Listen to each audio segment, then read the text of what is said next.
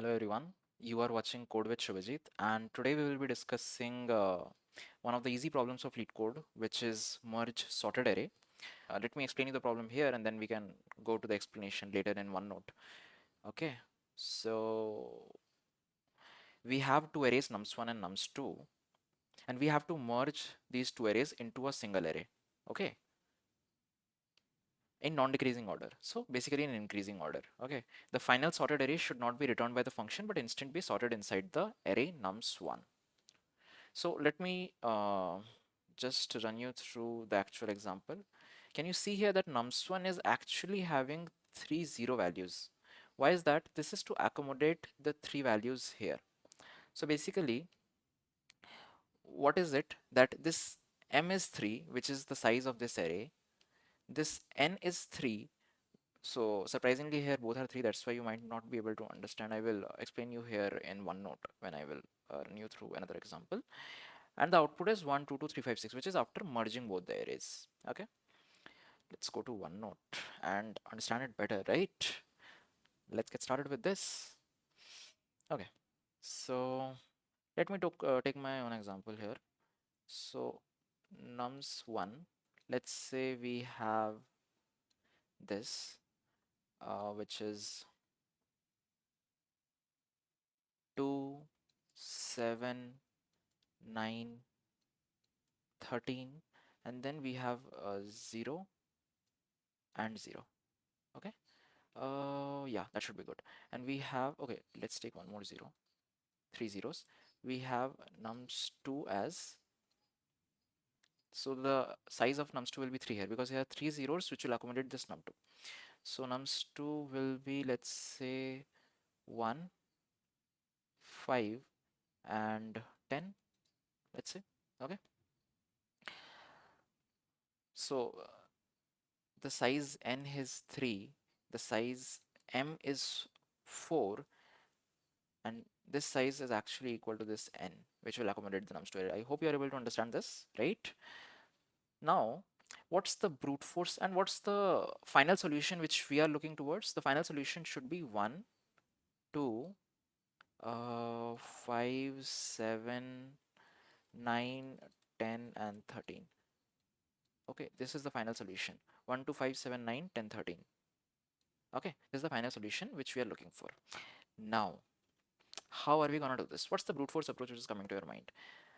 Okay, if in case of my mind, the brute force approach which is coming is, as this array is sorted, okay, I might have forgotten to tell you this, both the arrays are sorted. This part and this part, both are sorted in an increasing order, and we have to find the final array in our increasing order sorted, right? So the brute force approach which is coming to our mind is, this is a sorted array, this is a sorted array, right? What we can do, we can finally store it inside an array going through nums1 2 7 9 13, going through nums2 1 5 and 10, and I will just sort this out. What's the time complexity of the whole operation? The time complexity will be big O of n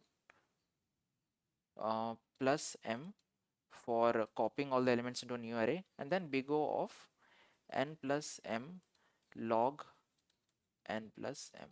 Okay, basically the size of this array is n plus m, so big O of size of this array logs size of this array. So that's the sorting algorithm's time complexity on average, and the space complexity is big O of n plus m. Okay, but the main motive of giving three zeros here is to accommodate these three values here as well and sort the array inside nums1 only, because if you see in the actual problem, we need not to return anything, it's void. We just have to change the nums1 because the places are accommodated for that. So the nums2 array values will be accommodated in nums1. That's how the nums1 size is given to you. Okay, and you don't need to return anything, you just make changes to nums1 and that's it, the program is done.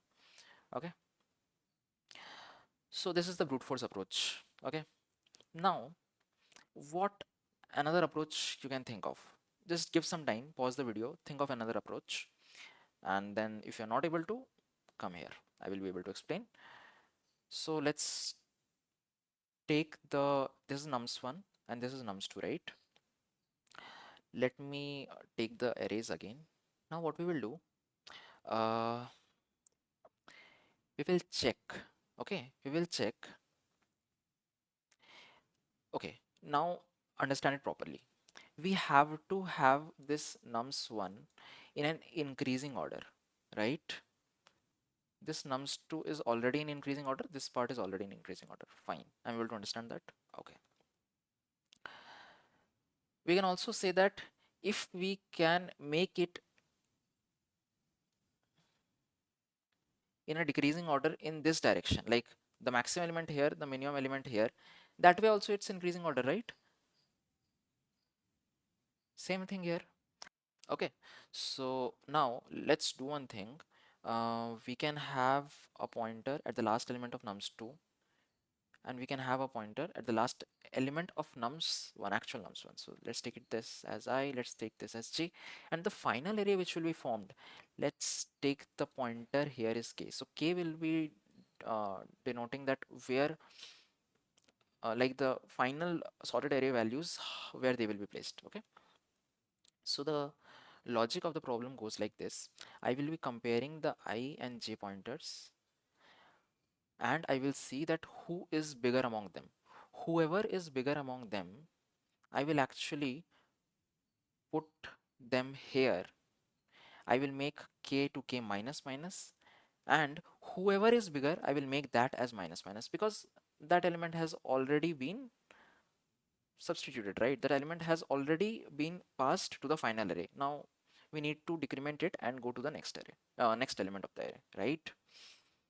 So the how the logic goes, if you see, among 13 and 10, among 13 and 10, 13 is greater than 10. I'm telling about the pointer I and j, currently they are wherever they are, right? 13 and 10, they are pointing to 13 and 10. Which is greater? 13 is greater than 10. So in that case, I will shift this 13 to here, and the I pointer will be pointing here, but the j pointer will be as it is. Okay. Now I will check between again I and j, 9 and 10. Who is greater? 9 is lesser than 10. Okay. So j pointer is having a value which is greater. So I will decrement this to here. Okay, the k should also be decremented along with in the last step only. And whatever the value 10, 10, I will initialize it here, and j is now pointing to 5, I is now pointing to 9. Okay, this is understood. Again we will compare I and j, 9 and 5. So 9 is greater than 5. 9 is greater than 5. It means that I will change the I pointer to here. Now I is pointing to 7. 9 will be initialized here, and k will again be decremented. And okay, so the point of the problem is I have forgotten to decrement k. It should be here now. The k should be here now, pointing to 13. Okay, fine. Among I and j, who is greater? 7 is greater than 5. So again, I pointer will be decremented. I will come here 7. This 13 will be removed and 7 will come at its place. K pointer will be removed, and let's take k above. K is pointing at 9 now, and j will be as it is. Now I pointer is at 2, j pointer is at 5. Which is greater? 5 is greater than 2. In that case, we will be uh, making j to j minus minus. J is here, and where is the k pointer? K pointer is at 9. So we will make this 9 as 5. Okay. You might be wondering, oh, we are actually now cutting the values of the actual nums1, and we are putting different values on that. No, these 9 or some other values, they are already written here based on the sorting order, because they are bigger, so they have already came here, right? So it's totally fine if we cut the values with the new values inside the final. Now the nums1 is becoming the final sorted array. Okay, so we have this 5, and okay, the k is also decremented. K is now pointing to this one, the second element of nums1. J is pointing at the first element of nums2, and I is pointing to the first element of nums1 only. Now among 2 and 1, which is greater? Among 2 and 1, 2 is greater than 1. So I will now go out, okay, and it will make this as 2, okay, and the k will now be pointing to the initial element of nums1. I know this is a bit dirty, but I hope you are able to understand still. Okay, and now what is happening? J is pointing uh, here. Okay, now J is only remaining. The thing is, when we are running the while loop, we will be running the while loop in this case, and the condition of the while loop will be while a is greater than 0, I is greater than 0, and j is greater than 0. Okay, while I is greater than 0 and j is greater than 0. Okay, this loop breaks because I is now not greater than equal to 0. I has became -1 now. The index has gone below 0. It is the 0th index. The index has gone less than 0. So this while loop will break. But now we will be having one more while loop which will cover all the j's which are remaining, and it will assign the values to the nums1. So j, the remaining j is 1. I will assign the value of j here. I will decrement the j. Now j also becomes -1. Ends the loop. The final array which we are having is 1, 2, 5, 7, 9, 10, 13. And this is the one which we are looking for. Okay. I know that's a bit dirty, but I hope you are able to understand the solution. The only part which is a bit tricky here is when I is fully exhausted, then again we need to have one more while loop which will cover j. But we don't have to do the same thing for I. While loop we don't need to run for I. Why I'm saying that? Either I will be fully exhausted or j will be fully exhausted, right? But if I will be fully exhausted, then J needs to be whatever elements of J are left, they needs to be covered. What we have done, right, for the last one element. But if J gets fully exhausted before I, in that case, the remaining elements which are present in the nums1 are already sorted, right? We don't need to run the while loop again. I will show you in the solution what I'm trying to say. So, let's understand the solution. So we will initialize our the pointers first. I will be pointing to the last element of nums1 array. Okay. So what is that? Which is m minus 1. Okay. In j is equals to n minus 1. And what is k? K will be equals to m plus n minus 1. Let me show you in the playground as well. Okay. So let's say we have this array. Let's say 3, 10, 9, 8, 0, 0, 0, and we have this 2, 4, and 7. Okay, so n is 3, m is 4. Okay, so what will be I will be here. I will also index them 0, 1, 2, 3, 4, 5, 6, 0, 1, 2. Okay, so what is the value of I here? I will be 3, which is m minus 1. Okay, what will be j? J will be 2, which is n minus 1. And what will be k? K will be here, which is m plus n 7 minus 1 6. I hope you are able to understand now. Okay, why I have taken those values. Now I have initialized the pointers. After that, I will be running a while loop as mentioned. I is greater than 0 and j is greater than 0. What I will do, I will check that whichever is greater, either nums1 of I is greater than nums2 of j. If that's the case, that nums1 of I is greater than nums2 of j, then I will make the nums1 of k to nums1 of I, because the ith element of nums1 is greater, right? So the k, which is the final sorted array, it will be done.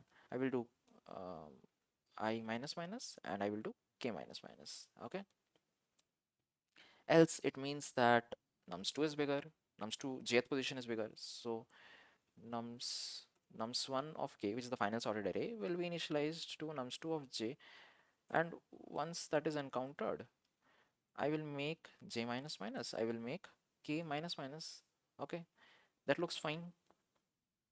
But when this while loop ends, this whole while loop ends, still we have to see for the condition that there might be a case when some of the j elements are remaining. Okay, in that case what we'll do, we will just copy this whole step again, and we will just do one thing.